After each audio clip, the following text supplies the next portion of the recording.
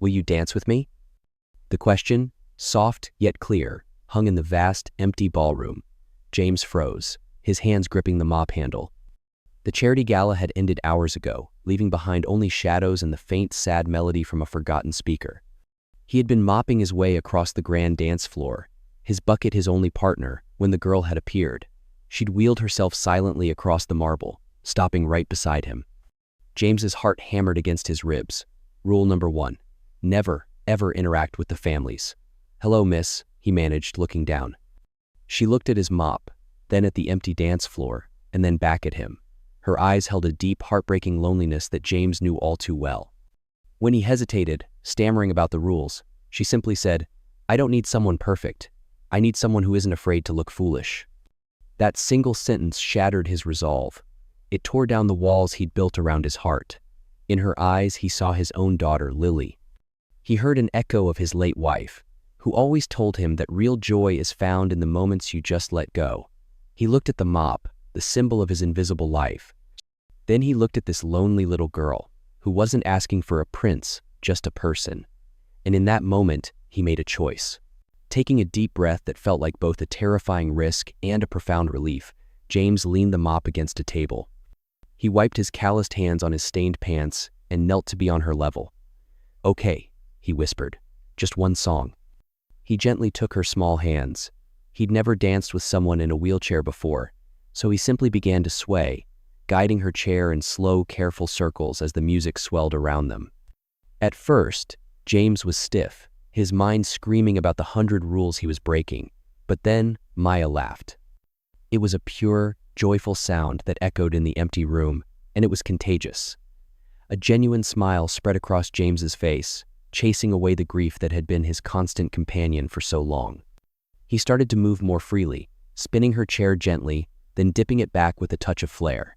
She squealed with delight, her face illuminated with a happiness so pure it hurt to see. For a few brief minutes, they weren't a janitor and a billionaire's daughter. They were just two souls sharing a moment of simple, unscripted connection. Just as the song began to fade, a figure appeared in the doorway, hidden in the shadows. It was Isabella Ward. Isabella had finished a late-night call and had come looking for her daughter. She stopped dead, and her first reaction was a flash of ice-cold fury. A stranger, a janitor, touching her daughter. But then, she saw Maya's face. She saw the kind of radiant smile she'd only seen in old photographs, from before the accident that had put Maya in the wheelchair. It was a true, soul-deep joy, and it was all because of this man. The anger in Isabella's chest was instantly extinguished by a wave of emotion she couldn't name. She simply watched as the music ended. From her high-tech penthouse miles above, Isabella had built a beautiful, sterile cage for Maya. She had dedicated her life to running her biotech empire, all to provide the best doctors and the most advanced therapies. She loved her daughter with a fierce, desperate passion, sealing her off from any possible harm. But in her relentless mission to fix what was broken, she'd become a ghost in her own daughter's life, never realizing the one thing Maya wanted wasn't an empire, but a single moment of connection. As James gave Maya's hands a gentle squeeze, Isabella saw it all clearly for the first time. "I have to get back to work now," he said softly. "Thank you," Maya whispered, her eyes shining with happy tears. That was the best dance ever. The next day was torture for James. Every footstep in the hall, every crackle from a supervisor's radio made him flinch. He was certain he was going to be fired. He replayed the dance in his mind, torn between regret for being so reckless and the warm memory of Maya's laugh. He clicked off his buffer, and the hum died into a heavy silence. From his beat-up wallet, he pulled out a photograph, its edges soft and creased. It was his little girl, Lily. She had his tired eyes, but a smile that could light up a moonless night. He felt that familiar, sharp pang of grief. In the photo, he saw the ghost of her mother, whose laugh used to fill their tiny apartment before a tragic accident changed his world. Now he was just a single dad, a janitor haunted by a mess he couldn't clean up. His entire life was dedicated to erasing himself a stray footprint, a smudge on glass to build a future for the one person left who truly saw him.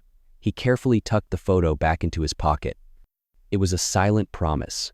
For her, he'd endure anything, but giving a lonely child a moment of light was surely going to cost him everything. Meanwhile, up in the penthouse, Isabella was having her own battle. She had the security footage on her screen, watching the dance from every angle. She saw the janitor's initial fear, his gentleness, and most of all, the transformation in Maya from a sad, quiet child to a girl beaming with life. She had her assistant pull the file on the night shift janitor. His name was James, a widower, a single father. Later, Isabella watched Maya's physical therapy session. Something was different. There was a lightness about her.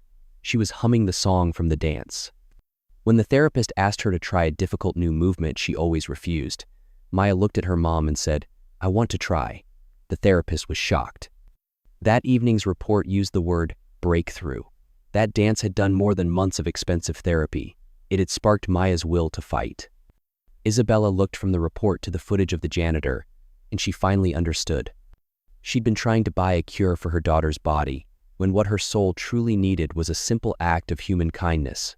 The summons came as James started his shift. "Miss Ward wants to see you. Penthouse. Now." His stomach dropped. This was it. The elevator ride felt like a final walk to his execution. He stepped into a massive office, a room worth more than he'd make in a lifetime, and stared at the carpet, bracing for the inevitable. Isabella Ward sat behind a huge desk, the very picture of power. But when she spoke, her voice wasn't angry. It was quiet. "Please sit down, James." He sat cautiously, his heart pounding. "I saw you last night," she said, her eyes locked on his. "With my daughter." James flinched. "Ma'am, I am so sorry. I know it was against the rules. It won't ever happen again. Please, don't fire me. This job, it's all I have for my little girl." Isabella held up a hand. "I'm not going to fire you." James looked up, stunned. "For the last 2 years," she continued, her voice cracking with a vulnerability she never showed, "I've hired the best doctors in the world. I've spent millions. I have given my daughter everything money can buy. But last night you gave her something I couldn't." Her eyes were shining. "You gave her joy." She leaned forward. "Why did you do it, James? Why risk your job for her?" James swallowed hard. He thought of Lily, of his wife. Because she looked lonely," he said, his voice thick with emotion. "And I know what that feels like." Isabella listened as he told her everything about his wife, about being a single dad, about the crushing weight of it all. Her powerful exterior slowly melted away. She'd been searching for a cure in labs and bank accounts, but the answer was sitting right in front of her, wearing a janitor's uniform. "James," she said, her voice now firm with new purpose, "I have a proposal for you. I want to hire you, not as a janitor. I want you to be a companion for Maya." James's mind went blank. A companion?" "Yes," Isabella said, turning to look out over the city she owned. "That connection you two had, that empathy, it's more valuable than any therapist." She named a salary that made James's head spin. She offered him and his daughter a small house on her country estate, with access to the best schools for Lily. "I want you to bring your daughter, Lily," Isabella added. "I don't think Maya just needs a friend. I think she needs a family. Maybe you both do." Tears streamed down James's face, not of sadness, but of pure, unbelievable hope. He thought of Lily, of a life without constant worry, a life with a real future. He could only nod, unable to find the words to accept the impossible gift he was being given. 6 months later, the world was a different color. James, now in a comfortable sweater, pushed Maya's wheelchair through a sun-drenched garden. Maya was laughing, pointing at a butterfly. Running to join them was Lily, her laughter mingling with Maya's. The two girls had become inseparable, two lonely souls who had found the sister they never knew they needed. James now helped Maya with her physical therapy, using music and dance to motivate her in ways no professional ever could. He wasn't just her companion, he was her friend, her cheerleader, and her family. Isabella watched them often from the porch. She was home more now, her phone calls shorter, her mind present. She had learned a lesson no business school could ever teach. True wealth isn't measured by a stock portfolio, but by the richness of human connection. She no longer saw a janitor and her daughter. She saw a family, rebuilt from broken pieces into something stronger and more beautiful. A single dance in a silent ballroom had set in motion a chain reaction of healing and love, proving that real worth is never about a job title, but the quiet courage to simply connect. We hope this story touched your heart and reminded you of the power of kindness. If it did, please show your support by giving this video a like and subscribing to our channel for more inspirational stories that celebrate the best of humanity. We love connecting with you, so please, let us know where in the world you're watching from today in the comments below. Never underestimate the ripple effect of a single selfless act. For James, it was a dance. For you, it could be a kind word or a helping hand. These small gestures are like a currency of hope, making both the giver and the receiver richer.